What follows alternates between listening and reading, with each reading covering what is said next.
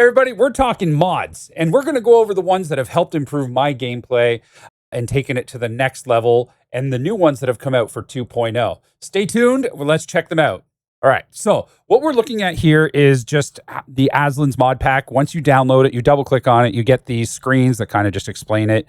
Just hit next, and then it will show you where your directory, where your gameplay directory is. Again, you just hit next, and it will pop up and populate with your mods. Now, if this is the first time that you're installing it and you're like, holy crap, look at all this stuff, I'm going to tell you right now, skip all of the XVM ones. We're going to bypass all of this stuff because I didn't find any of the XVM stuff super helpful. And it just created a whole lot of extra on my screen, which I didn't like. So I skipped all of that and I go all the way down to non-XVM mods branch. So once you see that, we're going to continue to scroll down until we get to camera mods. This is the first one that I use. Zoom in for sniper mode. I go up from 2 to 50x. I found the 60 a bit too much. So the zoom in is huge. So you can zoom all the way in to see the weak points. Make it a little bit easier. So I prefer the 50. That's the one that I used. It made it super easy to find what I was looking at, aiming at weak points, things like that. Next, the zoom out, 400 meters. Why is that useful? So the zoom out mod, 400 times zoom out. This is the reason why I like it.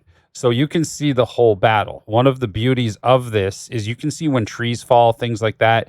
It kind of gives you a battlefield perspective of what's going on, and it makes it super easy to see different things that are happening. So that way you can kind of keep an eye on the battlefield. It also, like if you're in a city, you can see around hills, corners like that you normally wouldn't be able to. And if you don't have the full zoom out, makes it way easier. Strongly recommend to help you. The next one is SPG, same thing, 400 meters, helps you if you're playing arty. Disable gun shake effect after shot. I found this super helpful because if you play tanks like the Foch B, where it's got a very quick interclip, things like that, it removes that gun shake so that you don't have that interfering at all. It just is a nice mod to make things a little bit easier for yourself. The shadow scope remover, I found that helpful. Just removed the stuff that didn't need to be there, the shadowing and all that stuff. It's more personal choice, but for me, it was just less to look at and it made it easier. Armor penetration indicator. With the flashlight mod, you don't really need this anymore. I still like to have it because it shows you the actual armor values. So like the flashlight will tell you yes, maybe, or whatever. The flashlight doesn't tell you what the penetrations are. So for instance, the flashlight will tell you 50% if you're going to do it. This will tell you, say, you've got 330 pen, but the armor you're looking at is 350. So the flashlight doesn't tell you that, whereas this will tell you that information so you can guesstimate whether you're going to pen it or not. That's why I keep this mod. It's super helpful for me. The next one is the server crosshair, P-mod server crosshair white. I like having the server crosshair, especially with the way the ping's been jumping sometimes, or packet loss. It kind of shows you where your actual reticle is compared to where you're looking. I find it super helpful. You see the server reticle, how it works, right? See that white? That's the server reticle. Yeah, see how it trails behind? So if I were to shoot right now, it would actually shoot where the white was. So sometimes if you're like taking a snapshot, and you take the shot and you're like, hey, why did it hit over there? It wasn't inside my circle. It's because it was registering where the server actually was. The next one, I go crosshair scale. I go small. I prefer to have the small crosshair. Makes it easier to find or target and things like that. Next is the reticle size limit remover. I prefer this to be like this. Personally, I find it much easier to use. It's something I've just gotten used to. So let's move on to the next mods that I do use are the battle equipment. Now, this is helpful if you are a streamer or you stream. What this battle equipment does is on the bottom, next to where it shows your ammo on the right side, it'll show you what equipment you're using on the tank. So whether you have bounty, bond, so if you're like, oh man, I thought I put this on it, you can take a look. It'll also, if you run multiple loadouts, for instance, on like say a Borat, you have a spotting setup and you have a DPM setup. It'll show you which one you have activated in the battle. So that way you're like, oh, I thought I had the DPM one, but you actually have the vision one. So it's a good way to kind of keep it in your mind. Next is the AutoAim Indicator. Now, people are probably curious what this AutoAim Indicator is. All right, so the auto-aim feature that we're trying to get is right here. So when you're driving super fast, you can't lock on. See how I have the AA? I can just hover over them and do that. It makes it so much easier to lock on. So that way, when you're driving away, you can get away with these shots.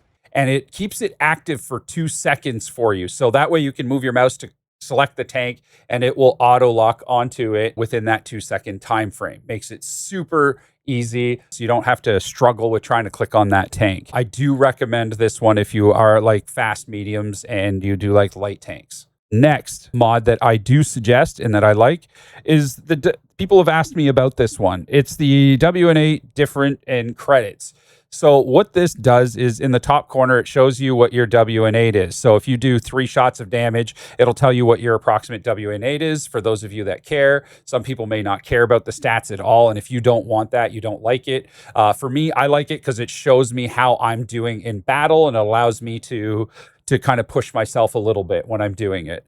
It's kind of like my own number for myself. Next is the Mark of Excellence calculator. I get asked about this all the time.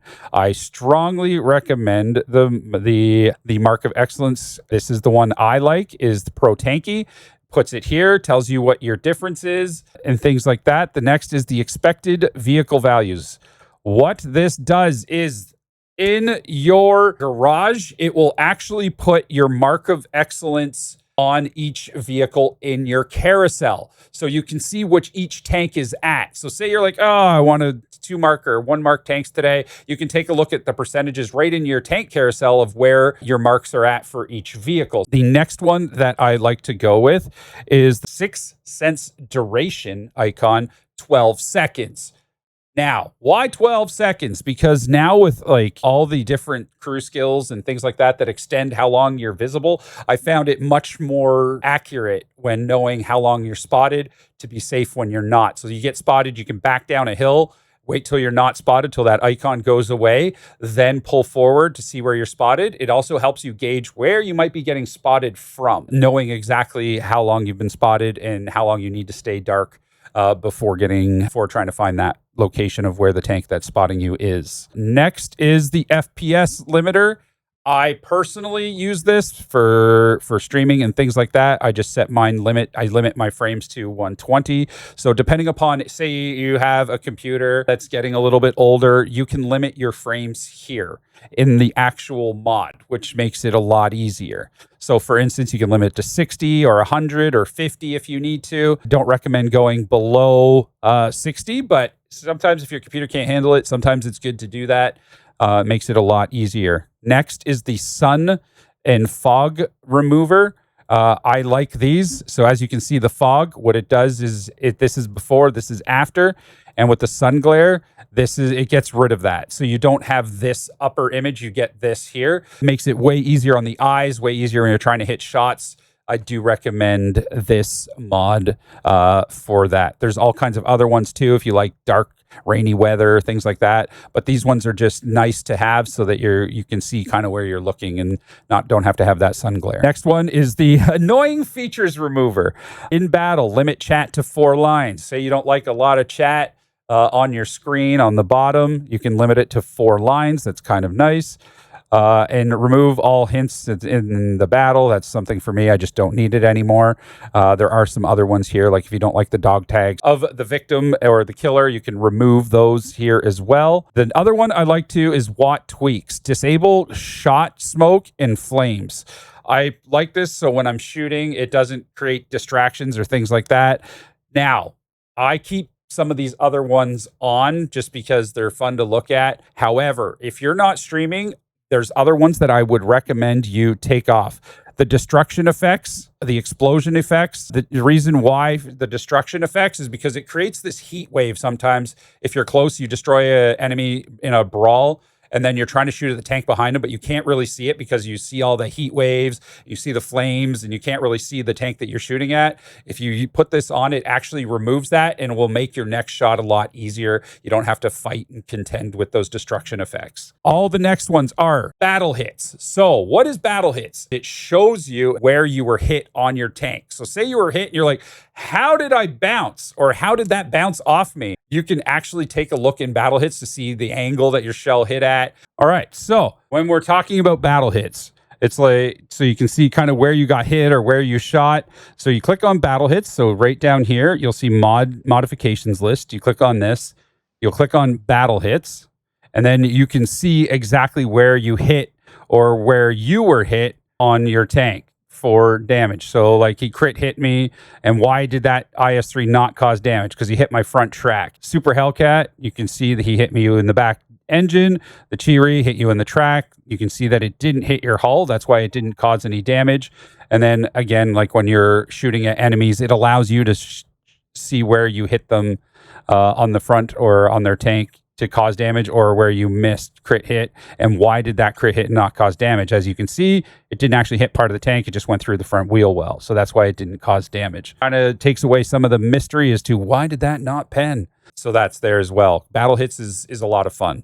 Next is the extended friend list and blacklist. If you're a streamer or you just one of those people that likes to blacklist a lot of people, this is a super helpful mod for that. Next, garbage seller, which is wonderful. It's just one button, sells stuff for you. Random tank selection. If you're a streamer or you just don't know what tank you want to play, it allows you to kind of just randomly pick a tank for you to play. Crew auto return. I recommend this mod. Quick demount of equipment. Auto equipment return. Helper mod for Watt Plus users. So if you have Watt Plus, the auto equipment return is money. Why? Let's go with the Project Louis. This will be a very good tank to kind of show off all of the different mods that we want and things like that. So you can see the auto equipment return. This is the auto equipment return mod. See how it automatically just moved it over? So what you want to do, so say for instance, you're going to go switch and you want to go play the even 90 now. So what it's going to do is, you know what your Project Louis is. So when you click on the even 90, it will automatically move the equipment over, as you can see. So I have 2 sets of equipment on my even 90. So it's wonderful. So say, for instance, you're setting up a new tank for the first time and you're like, oh, I don't know where to put my equipment or get my equipment. So say you want optics and you don't have any here, but you know you have bounty. You can right click on the piece of equipment if you have Watt Plus and you download this mod in the quick demount, and then you can select where the equipment is. So say it's on the Project Louis, you click on the Project Louis, and then it will bring you the piece here, and then you can apply it. Now it will always come back to this tank. And then when you go back to the Project Louis, it'll automatically move the piece of equipment back over for you so you don't have to do it. Telling you, it is an absolute godsend for equipment. Huge time saving. Great for using your extra equipment on all of your tanks. All that bounty equipment you've spent all that time grinding to get, you can now use it on any tank, and you can go and sell a lot of your standard equipment. It's not really needed as long as you have this mod. If you don't use Watt Plus, the auto equipment change feature won't work. So just giving you a heads up, it is kind of a pay-to-use mod in a sense that if you have Watt Plus, you'll be able to take full advantage of it, which will help you with the equipment. If you don't use Watt Plus, the mod will not work and it won't auto move your equipment. Incredible quality of life mod, strongly recommend. The other one is the Clan Rewards Auto Claim. Take this mod. It will auto claim your tour missions for you, so you don't have to go in there and click claim and all that. It does it all for you. The next one, the new pet. If you got Chaffee or you're the German Shepherd during the holiday ops event and he's in your garage, you know every so often he brings you free stuff. This auto claims it. So if you're like me and you just don't remember to check the dog, it says here, Sadie's synergy level has increased, new animations, things like that, because it did an auto accept of the gift, which is fantastic. Saves you. You don't have to think about it. Makes it way easier. strongly recommend. Region Changer mod, if you play on NA and EU or Asia, this is wonderful because it allows you to hit a drop down or log it when you log out. And go to the screen where you type your information in old school way. You can switch which server you're on. You do not need multiple instances of the game anymore. Yeah, awesome. Strongly recommend the region changer if you're playing in multiple sessions. The other one I like too is the session statistics. This just tells me how I'm playing for the day, and it's a quick overview of, all right, I'm doing well today or I'm having a bad day. It gives you session stats. This is user preference. If you don't want that, you don't have to. I like to have it just to make sure I'm doing well for myself. So the last mod I want to talk about isn't a mod in Aslan's, but in World of Tanks itself that has come out. A lot of people know about it already, but I do just want to make sure that I cover it in this video as well. So what I want to talk about is the flashlight mod. So what you're going to want to do is hit escape, go to settings, click on reticle, click on armor flashlight. The appropriate settings you want for the armor flashlight are enable at the start of battle, flashlight resolution high, armor highlights all armor, and you want flashlight texture solid and opacity at 100. These are the settings that you want for your armor flashlight to make it work so that you can see those weak points a little bit easier. I have mine set to colorblind mode, but yeah, so that's where it's at. The other one that I want to talk about very quickly, and this is getting a little bit out of mods, but I think it's a great setting to help players as you're setting up your mods. You might want to make these changes, is make sure that you have outlining selected as well. Go to standard, penetratable area texture, and then impenetrable areas fill. So that way you know you can't penetrate that, but you can have the parts that you can penetrate have that textured area. Now, that is pretty much all of the mods that I do use in World of Tanks. So those are the ones I recommend. They're the ones that have helped me. They're the ones that have made the game much simpler, easier to do. But yeah, this is the setup for Aslan's. Very easy to go through. If you have any questions, definitely let me know down below if you found any of these mods useful, or if there's any other mods that you might use yourself. Leave a comment below. And as always, thank you for watching. Appreciate you, and see you on the next video. Cheers.